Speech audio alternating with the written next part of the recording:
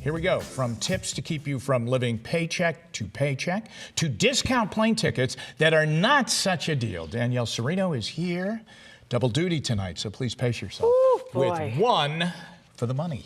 Yes, and it's been a while. As you know, though, I've recently taken a trip to Florida. We've talked about that. Yes, a few times. A lot of times yes, here on the show. And I flew Spirit Airlines for the first time because that was the only direct flight to Fort Lauderdale. Okay. And I cracked up when the flight attendant got on the overhead speaker and said, "You're flying us, we know, because you can't afford Delta and you're too scared to fly United."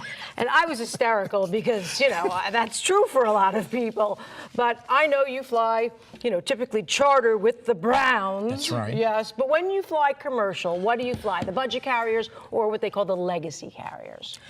The legacy carriers. Although, do you remember the days of People? Wasn't it? What was it called? People's Express. People's Express or yeah, People's Air? I flew that when I was in college. Yeah, right. $29 to New York. Okay, or but New Jersey. A lot of people, though, avoid the budget airlines because of all the problems we've heard about it and because they nickel and dime you on every single thing. Right. But in an attempt to compete with them, American, Delta, and United seem to be doing the same with what's called basic economy fares.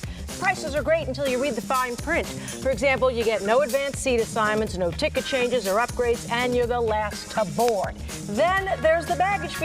On American and United, you can't use overhead bins. You only get one personal item that fits under the seat, and if you take a full-size carry-on bag to the gate, you have to pay a regular checked bag fee of $25 plus another $25 gate handling charges. You know what this is all like? Can I tell you, it's like when they show those ads about, you can lease this car for $200, but then all the other there things. are no wheels. Yeah, and then you're paying. That's true. So when you're booking a ticket, basically, don't just look at the price. You want to check out all the restrictions that come as well and the extra fees. And I say if price is an issue, go with Southwest because you get good prices and you get 2 bags for free to bring on. Okay, very good. All right. Now, if you have unlimited resources, obviously this isn't an issue, but the truth is nearly 8 of 10 people are living, why are you laughing?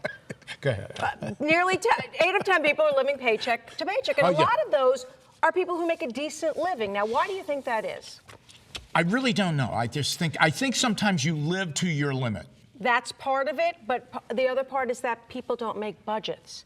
Yeah, the old-fashioned making budgets. Right. Now, fortunately, I don't live paycheck to paycheck, but I have to confess that budgeting is not my strong suit. And that's because it's scary and it's hard, but we're going to fix that now, all of us, okay? So actually, there are free apps that do the budgeting for you, like Mint. It syncs to your bank, credit card, and investment accounts, shows all transactions, creates budgets by showing how much money you spent on, let's say, groceries that month and how much should be spent. So now that we got your budget, how do we figure out who to pay first and how much? Well, I like Debt Tracker Pro for that.